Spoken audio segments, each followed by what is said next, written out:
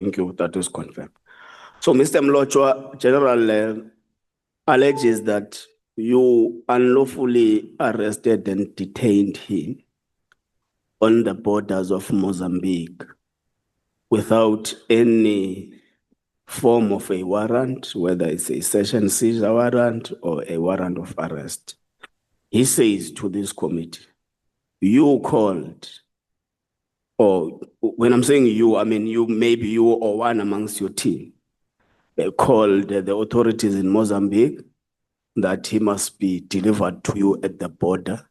So he was made to walk across the border through barefoot, being transferred from the Mozambique authorities to your team.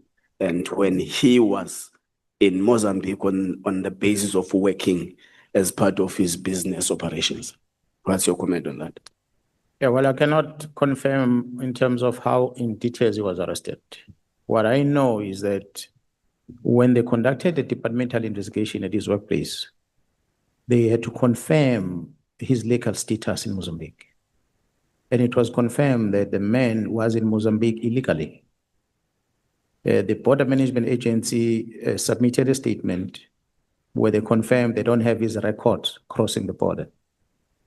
The police in Mozambique participated in assisting with that investigation. They engaged with the office, South African High Commission office in Mozambique to help bring the person back. And as a result, the South African High Commission that side issued a temporary passport, one-way transport, for him to be brought back into South Africa. So how did he get to Mozambique?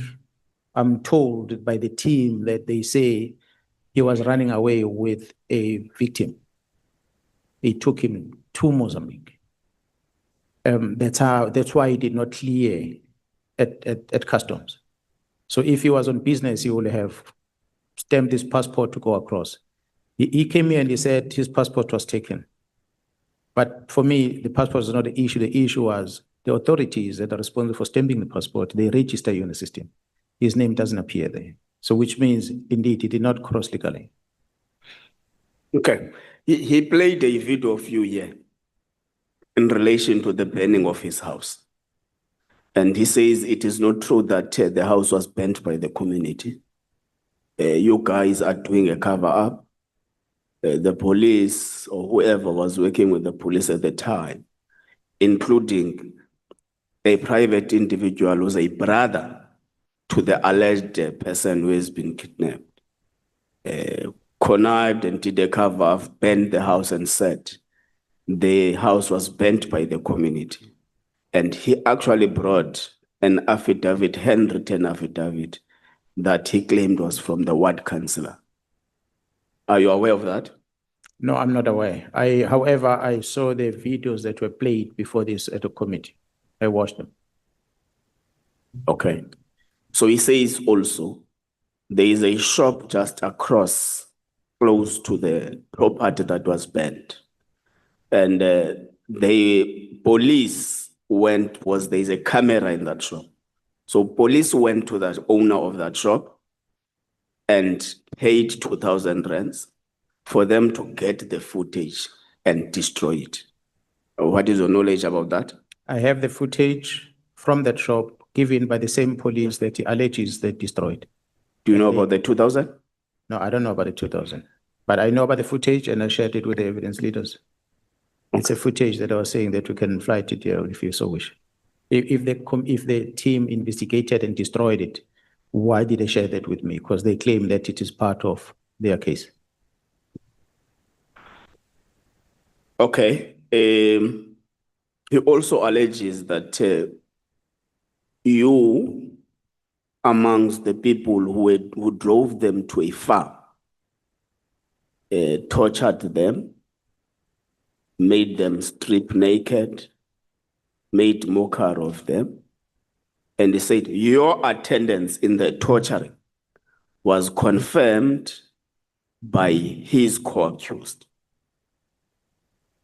That someone who was in the room or in the house or wherever it was in the farm said, because his eyes were wrapped up, So someone said to the co-accused, please tell your co-accused who has arrived. And that person said, is the Provincial Commissioner of SAPS, General Mkhwanazi, who has arrived in the scene where they were tortured.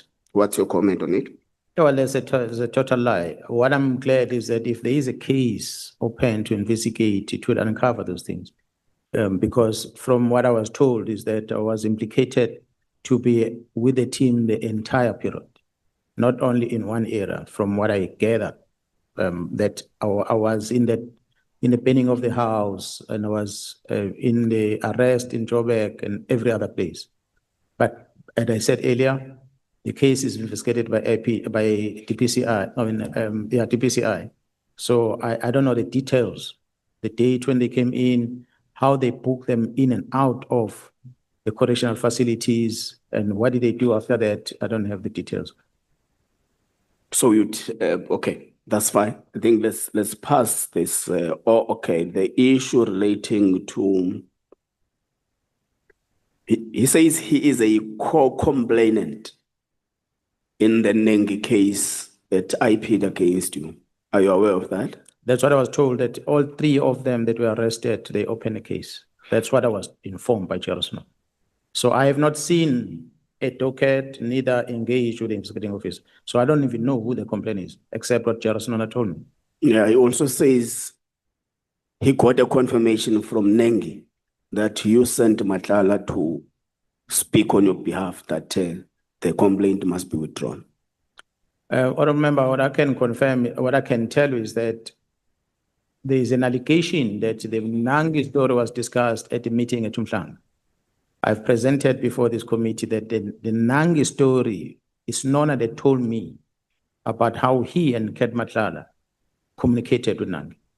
So if Nangi, beyond that, shared the message with that member about it, that indeed there's something that Matlala was talking to him about, it's up to them. I don't know. I don't know what's the story.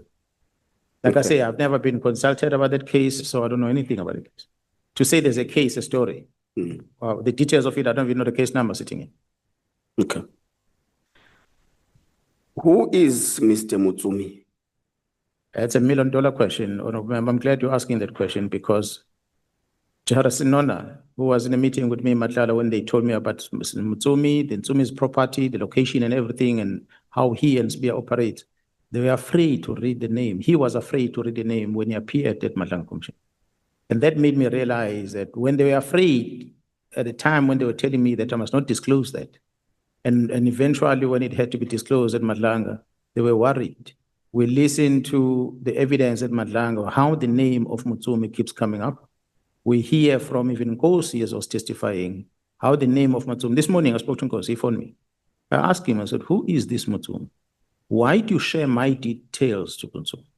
What is of an interest? Mutsumi was mentioned by Kat at Mhlanga. To me, it seems like Mutsumi is a big player. I then engaged, of course, after hearing them with the team in Gauteng investigating. So I don't want to give details about that, but his name is somewhere in the mix and very prominent for that matter. So one would be justified to quickly make an assumption that he may be part of the big five cartel we're speaking about on the 6th of July. What I can tell you that Mutsumi seems to be a powerful person within the police and outside the police. Very powerful. But not in the employ of the police. When I'm talking about the police, the stories are saying that it looks like there's some influence on appointments of the head of DPCIs in different provinces. It looks like he is the one who may have expanded or extended the capture amongst police, senior police officials. Yeah, well, his name, the way it comes out, and when you see the media not profiling the person and putting him out there, it just tells you the extent of perhaps the influence that the person has in our country, that even the big trusted journalists don't talk about.